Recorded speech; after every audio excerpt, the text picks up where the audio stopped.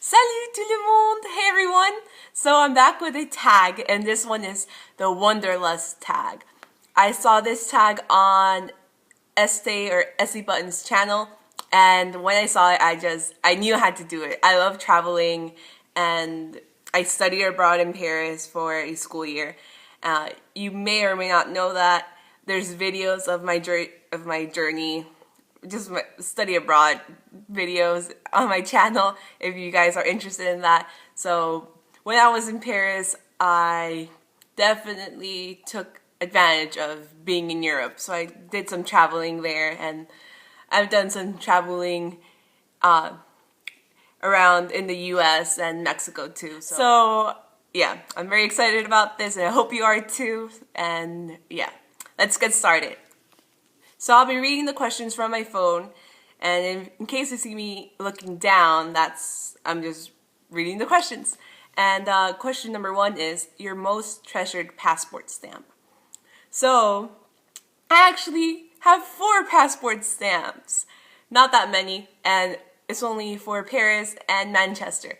I had to get a new passport when before I left to study abroad, so that's why I don't have that many stamps. But anyways, I guess my most treasured one would be when I entered Paris, because that was just the beginning of my study abroad year, and that was by far the best year of my life. So yeah, that would be my most treasured stamp. Question number 2. Can you recite your passport number from memory if asked? No. Can anyone actually do that? I've never heard anyone know their passport number. I guess maybe a European, because they use their passport as an ID. But still, I don't even know my California ID number. So the passport one is like impossible. I still have trouble with my own cell phone number. So no. Question number 3. Preferred method of travel: planes, trains, or automobiles? So I don't know. I think it would be trains, but obviously if I'm going from the US to Europe, I'm not going to take a train. There's no such thing as an underwater Atlantic Ocean train. So it would have to be planes for a long distance, and I would prefer trains for shorter distances. But I'm actually scared of planes, like especially the takeoff and the landing. I am just like, oh my god, why am I doing this? If I'm sitting next to like my mom, or I don't know, like my boyfriend or someone, I mean, not a stranger, that would be weird. I have to like hold their hand, I'm just like squeezing it. I remember one time, I think it was when my family and I went to Seattle, I think it was. I squeezed my mom's hand to the point that her hand was purple. So I felt really bad for my mom, but yeah, I don't like when the plane takes off. And I also hate when there's turbulence. I remember it wasn't that bad when my boyfriend and I went to, I think it was Barcelona. I don't remember, but it was one of the trips I did while I was living in Paris, and there was a little bit of turbulence, and I was just like, oh, shit. And my boyfriend was just like freaking snoring, and I was freaking out. I was like, oh my god, I want to get off this plane. But yeah, I love trains. I still take the train to go see my boyfriend. But I just wish the trains were a lot cheaper, because in Europe you have the Eurorail, which is ridiculously expensive in my opinion. And then you have the Amtrak here in the US, which is expensive as well. And I don't understand why. I guess a lot of people don't take the trains, but it's like the best thing ever. You get to relax, you get to enjoy the scenery, and yeah, that's it. You're not worried about traffic or paying attention or falling asleep behind the wheel. Nothing. You just grab your seat, preferably near a window, and you just look outside. That's it. That's it when it comes to trains. So, okay, trains short distance, planes for long distance. That's my short answer. Sorry for all the stories. Okay, question number 4. Top 3 travel items. Passport, number 1. Number 2, cell phone or a Wi-Fi enabled device like an iPad. Because even though you may not have cell phone reception, you can just go into a Starbucks or McDonald's or whatever fast food chain. A lot of European fast food chains offer free Wi-Fi. You can just go in, use the Wi-Fi. You can use Yelp or Foursquare or another place to find the recommended restaurants or activities, and yeah. So a Wi-Fi enabled device. Number 3, debit card. Let's say you had euros, a certain amount of euros, and you use them up in your trip. With your debit card, you can just walk to a BNP Paribas or another bank, just take out more euros. That's it. Plain and simple. Oh, and look, my dog wants to say hi. It's Frances, and she does not care. She never cares. This dog never cares. Number 5, hostel or hotel. Hotel. I did stay at 2 hostels, one in Sweden in Malmo and another one in Copenhagen. But even when I stayed in the hostels, I made sure I grabbed like a private room, because the idea of sleeping in a room with a bunch of strangers did not sound like something I would do. I don't know, like I would just be scared if somebody stole my cell phone or money or my passport or something else. So I just wanted to avoid that, and I would just request the private room. Of course, you have to pay more than just paying for your own bed. And also another idea that just grossed me out of control was the idea of sharing bathrooms with just like communal bathrooms. That idea just reminded me of like high school PE classes, and it just grossed me out so much. Like in Sweden, there was like a shower area for all the people staying in the hostel. But luckily, we went right around the New Year, so me, my brother, and my boyfriend were the only people in the hostel, so that was cool. But hotels, definitely, they're just a lot more comfortable. You can find really good deals online, so the prices aren't even, in some cities it does pay off getting a hostel, but if you can just find a cheap hotel, I'd say go for the hotel. It's gonna be a lot more comfortable. Question number 6, are you a repeat visitor or do you explore new places?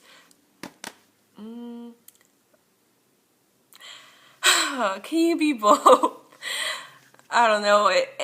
For the US, I'm definitely a repeat visitor. I've gone to New York 3 times. I go to LA very often. Las Vegas, I've gone there a ridiculous amount of times. Probably like around 40, and I'm only 23. My family just likes Las Vegas. Yeah, but when I was studying abroad in Paris, I definitely took advantage of exploring new places. The only place I did repeat was Mont Saint-Michel and Rouen and Mont Saint-Michel. Those were the only 2 places I did go back to visit, because the first time I went there, I was sick and I was almost passing out because of dehydration, and that was, yeah, I needed to repeat those places. Question number 7. Do you read up on your destination, culture, history, safety, or do you wing it? It depends on where I'm traveling. If it's a country that I know nothing about, I do like to read up on their culture and activities and all that stuff. But if I'm gonna explore let's say a new city in France, I didn't I didn't do any research at all because I'm a French major. So I graduated with a degree in French and Francophone studies, so I feel like I do not need to read up. When I went to Barcelona, I also didn't read up anything. Like, I knew some of the places, but I just didn't bother reading. I speak Spanish, so I did just fine. Me and my boyfriend winged it, and we had a great time. Manchester, we also winged it. I think a lot of the places we went in Europe, we winged it. Even Budapest, and I knew nothing about Hungarian culture or history. I just knew I wanted to get some goulash. So, yeah, I think we winged it for a lot of the places. And even when I travel with my family, we tend to wing it too. We read up like on restaurants and stuff, but when it comes to like actually planning something, we just wing it. Or once I'm there, I look up stuff like the stuff that comes with like the maps, and or I'll just go on Yelp or Foursquare, and yeah, that's how I plan trips. Question number 8: favorite travel website. When it comes to looking up hotel reviews, I definitely check out traveladvisory.com, I think. But once I'm actually at the destination, I usually go on Yelp or Foursquare because I really like to go to places that the locals approve of. So a lot of countries don't have Yelp, but if they don't have Yelp, they'll have Foursquare most of the time. But Yelp is a lot better than Foursquare. The reviews are they're a lot longer and just better. So when my boyfriend, my friend, and I went to Marseille, that's in the south of France, my boyfriend went on Yelp and we found the best couscous place ever. It is so good. So we loved it so much that we returned the following day. It was just cheap. It was delicious. It was one of the best meals I've ever had, and we found it thanks to Yelp. And did I mention Yelp is the reviews are made up mostly of locals. So if the locals approve of that place, then it's good. You are not gonna waste your money or your time by falling into a tourist trap. So that's why I like Yelp. Number 9. Where would you recommend a friend to visit? Name a city and why. So I feel like naming 3. City number 1 is going to be so obvious. Paris, all the way. The reason why I would recommend going to Paris is because it's such a historic city. You're literally walking next to some historic site in Paris. It's ridiculous. You might be walking and next to you will be Place de la Concorde, and that's where Louis XVI and Marie Antoinette got beheaded. You might keep walking, and then you have the Louvre, and then you have the Arc de Triomphe, or it is just ridiculous. It is history everywhere. And as a history nerd, I was just like, oh my, I just couldn't believe it. And the whole time I was just like, oh my, I couldn't believe I was there, honestly. Other than the history, the museums are really fun. I would really recommend them. Restaurants, amazing. Amazing food, amazing bakeries. Shopping's really good, but if you have the money, because it is expensive. What else? If you go in the summertime, you'll get really great weather. So it's very nice to just walk around. Yeah, I just recommend it a lot. The Eiffel Tower, it is not a scam. It is huge, and it is one of the most beautiful things you'll ever see, honestly. I've gone up the Eiffel Tower, I think, 4 times now, and each and every single time I felt like crying. Yeah, I get emotional there. I don't know why. And yeah, so Paris, France, that's the number 1 place I would recommend. You will not regret it. And you honestly need at least 4 days, I think. 4 days minimum, because although it's not the biggest city. It's so like densely packed that it will take a while to get through the stuff. Like I was there for 10 months and I did not get to see everything. So yeah, 4 days minimum. Ideally, take a week vacation there. Okay, so city number 2, you have to be Vancouver, Canada. I just loved Vancouver. I did not expect to like it as much as I did. The parts where they have the city, like the high rises and all that stuff, it just reminded me of like a really nice version of San Diego. I don't know why. And also the vibe I got from Vancouver reminded me of San Diego, but just San Diego, but 10 times better. The city was amazing. It was so clean, and some parts were really modern. I just loved it. I also loved Canadians. They were so nice. They're honestly one of the sweetest people ever. I also loved the food. Chinatown food was amazing. It was so good. What else? I don't know. I just really loved Vancouver. It's one of those cities that I really want to go back and visit because I just loved it. It blew me away. Okay, city number 3. It would have to be Copenhagen. I loved Copenhagen. It is, again, one of those cities that just blew me away. I went to Copenhagen basically not knowing anything about the city. When my brother came to visit me while I was studying abroad, I asked him, "Oh, do you want to go anywhere else in Europe?" And he randomly suggested Malmo, Sweden, and Copenhagen, Denmark. And I was like, okay, like, I don't know. I wasn't expecting him to choose those cities, but I was really happy that he did. I did love Malmo, but it was just a little too small for my liking. Like, we kind of did everything the first day and a half almost. But Copenhagen, there was just so much to do. I really loved the whole, like the shopping area. Like they have the Lego store, they have Urban Outfitters, they have, was it Monday, Tuesday, Wednesday, Friday, Saturday, Sunday, weekday store. It was just kind of similar to Urban Outfitters. They had Cheap on Monday. They had the fashion in like Sweden and Denmark was amazing. So I had a lot of fun there. What else did we do? Just the whole city was so nice. It was so clean compared to Paris. And the Danes are so nice. I don't know. I was just blown away by that city.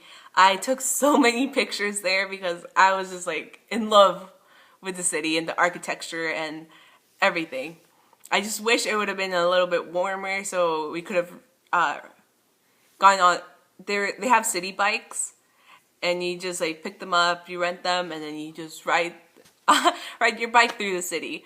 And I wish we could have done that, but it was January, so we weren't allowed to do that. But yeah, Paris, Vancouver, Copenhagen, 3 different cities. All 3 that I would highly, highly recommend. Question number 10. You're leaving tomorrow. Money is no option. Where are you going? Japan. I'm just saying Japan. I know Japan is a country, but I would want to go to a couple of cities in Japan. Hey, money's no option, so why not tour Japan? I probably blame my fascination on Japan on Lost in Translation. Sofia Coppola, you made me love Japan more. For me, Japan is just exotic. I am a Mexican living in the US. I have studied French and France, French culture, all that stuff. I minored in European studies, so I studied the European Union and other European countries.